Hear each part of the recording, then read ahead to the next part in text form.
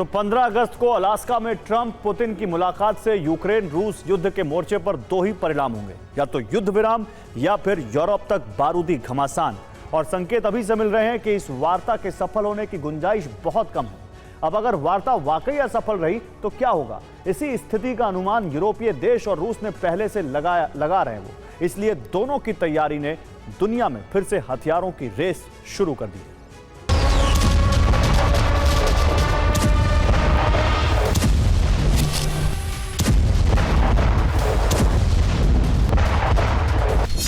Alaska सम्मेलन, Trump बनाएंगे संतुलन। ज़ेलेंस्की की छटपटाहट, समझौते पर संकट।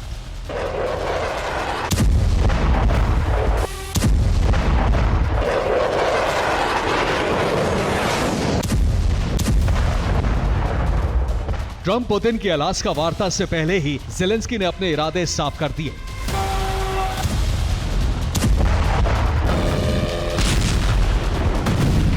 समझौता होगा तो शर्तें यूक्रेन की लागू होंगी।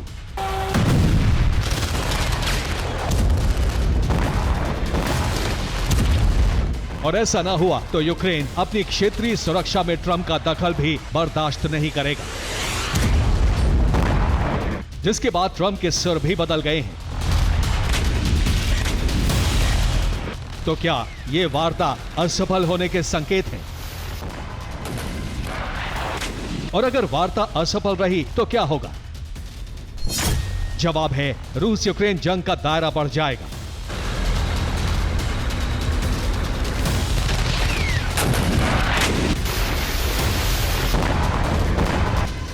और यह सिर्फ कल्पना नहीं है, बल्कि यूक्रेन समेत यूरोपीय देश और रूस की तैयारी बता रही है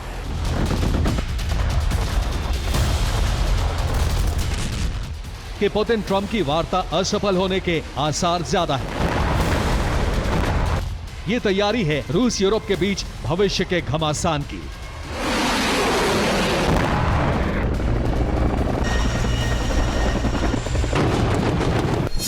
शुरू हथियारों की रेस, जंग में उतरेंगे कई देश।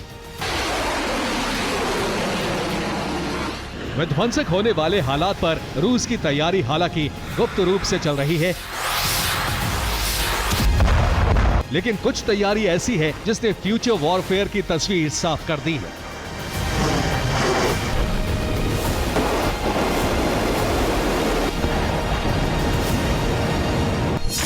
इनमें पहली है कामचटका में नेवल ड्रोन कंट्रोल सेंटर की स्थापना। इस ड्रोन कंट्रोल कमांड से रूस अपनी परमाणु पनडुब्बियों की सुरक्षा करेगा, जहां से फोरपोस्ट और ओरियन ड्रोन ऑपरेट किए जाएंगे। इस कमांड सेंटर की निगरानी में पूरा आर्कटिक क्षेत्र होगा।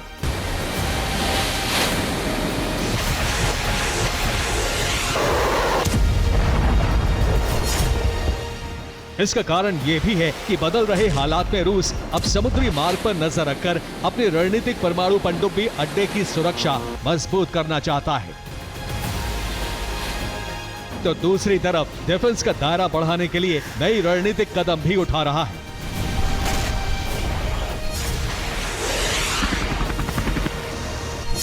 कुछ तस्वीरों से पता चला है कि रूस ने एंटी टैंक माइन बिछानी शुरू कर दी है और एंटी टैंक माइन बिछाने के लिए शाहिद 136 ड्रोन का इस्तेमाल कर रहा है, जिससे गहराई तक सटीक माइंस गिराकर रूस ने यूक्रेन के लिए समस्या खड़ी कर दी है। यही नहीं, रूस ने काउंटर अनक्रूड एरियल सिस्टम का भी उपयोग शुरू कर दिया है।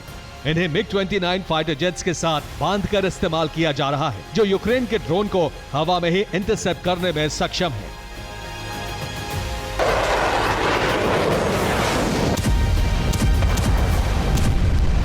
ये तैयारी यूक्रेन के मोर्चे पर है, लेकिन वार्ता असफल रही तो फिर पुतिन यूरोप तक हमले में भी पीछे नहीं हटेंगे,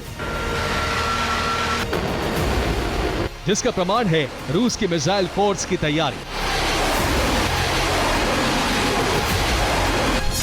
जिसमें रूस ने ऑरेस्टिक हाइपरसोनिक बैलिस्टिक मिसाइल का उत्पादन दोगुना कर दिया है। ज़िरकॉन हाइपरसोनिक क्रूज मिसाइल को तीनों प्लेटफॉर्म से लॉन्च के लिए तैयार कर लिया है। सरमत इंटरकॉन्टिनेंटल बैलिस्टिक मिसाइल को भी रूस ने अपग्रेड कर लिया है।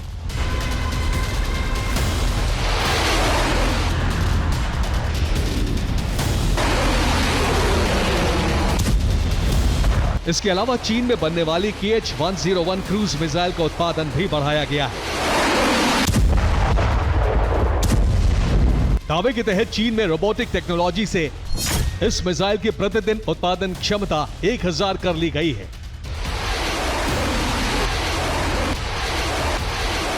और इससे भी ज्यादा यूरोप के लिए घातक साबित हो सकती है रूस की वो मिसाइल जिसका फाइनल टेस्ट किया जा रहा है। ये मिसाइल है परमाणु शक्ति संपन्न ब्यूरवेस्टनिक, जिसकी रेंज का खुलासा अभी तक रूस ने नहीं किया है।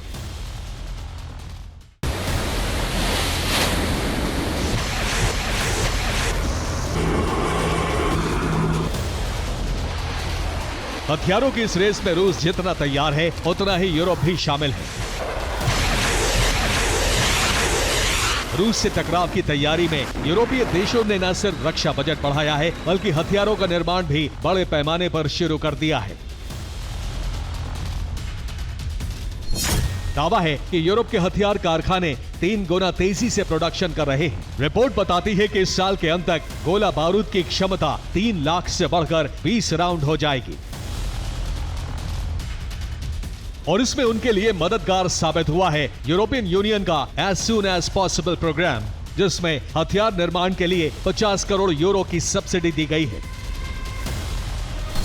जिससे राइनमेटल, बाय, MBDA, नामो और कोंग्सबर्ग जैसी कंपनियों का प्रोडक्शन अनुपात पहले से 10 गुना ज्यादा बढ़ गया है, ताकि जल्द से जल्द यूरोपीय देशों को सस्ती दर पर गोला बारूद की सप्लाई की जा सके, जिसे सार्वजनिक रूप से राइनमेटल के CEO आर्मिन पेपरगर ने स्वीकार भी किया है। उनके मुताबिक यूरोपीय रक्षा से टैंक, बख्तरबंद वाहन, तोपखाने जल्द ही बहुत सस्ते हो जाएंगे। जर्मनी ने 30 से 35 अरब यूरो टैंक निर्माण के लिए जारी किए हैं। जर्मनी जल्द ही इस बजट को 80 अरब यूरो करने वाला है, इसलिए हमने उत्पादन को 10 गुना बढ़ा दिया है। इसके अलावा यूरोप के कई देशों ने भी नए हथियारों का विकास और बड़े पैमाने पर निर्माण शुरू कर दिया है, जो बताता है कि यूरोप रूस के सामने उतरने के लिए तैयार है।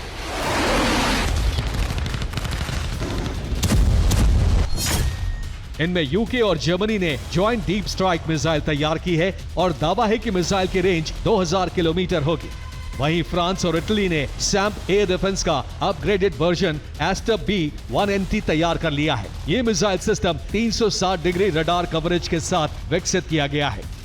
फ्रांस ने भी नई self propelled howitzer cancer NG Mark II तैयार कर ली है, जिसे आर्टिफिशियल इंटेलिजेंस सिस्टम से लैस किया गया है।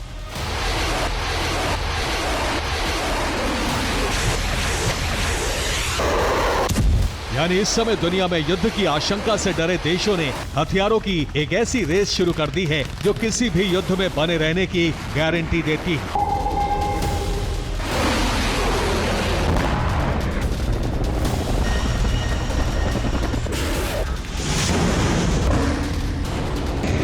इसमें यूक्रेन भी शामिल है, जिसने शॉर्ट रेंज बैलिस्टिक मिसाइल से लेकर टर्बोजेट ड्रोन मिसाइल और नए ड्रोन के निर्माण की गति बढ़ा दी है।